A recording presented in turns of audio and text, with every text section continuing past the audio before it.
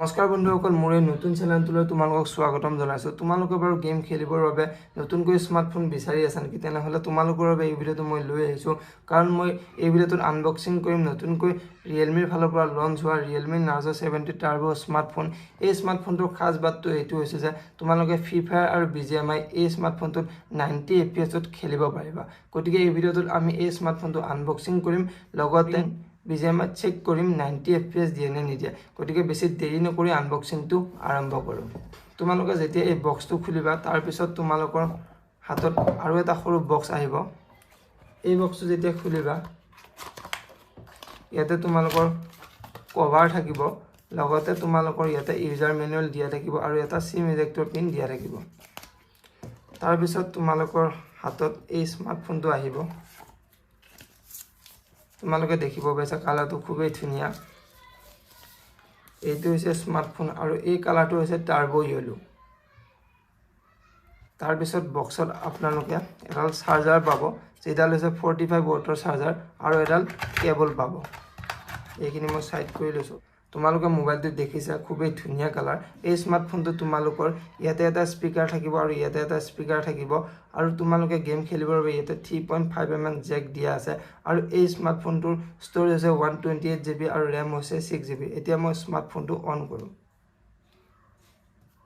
বন্ধুসকল, মোবাইলটো অন হৈ গ'ল। এই স্মাৰ্টফোনটোত তোমালোকে ইন ডিছপ্লে ফিংগাৰপ্ৰিণ্ট পাবা। মই তোমালোকক ফিংগাৰপ্ৰিণ্টটো এবাৰ চেক কৰি দেখুৱাই দিছোঁ কিমান ফাষ্ট হয়। এই দেখিছা খুবেই ফাষ্ট হয়। এতিয়া মই তোমালোকক এই স্মাৰ্টফোনটোৰ কেমেৰা চেম্পল কেইটামান দেখুৱাম। খুবেই ভাল কেমেৰা আহে। এইটো দেখিব পাইছে, এইটো এটা নৰ্মেল শ্বট হয় আৰু এইটো দেখিব পাইছে এইটো এটা পোৰ্ট্ৰেইট শ্বট হয়। খুবেই ধুনীয়া শ্বট আহিছে। এইটো এটা দেখিব পাইছে এইটো এটা পোৰ্ট্ৰেইট শ্বট হয় আৰু এইটো এটা দেখিব পাইছে ফুল এটাৰ ফটো মাৰিছিল আৰু এইটো এটা ফুল দেখিছে। ধুনীয়া ধুনীয়া ফটো আহে। এতিয়া মই তোমালোকক এই স্মাৰ্টফোনটোত BGMI খেলি দেখুৱাম BGMI 90 FPS দিয়ে নে নিদিয়ে। মই BGMI গেমটো অন কৰি লৈছোঁ।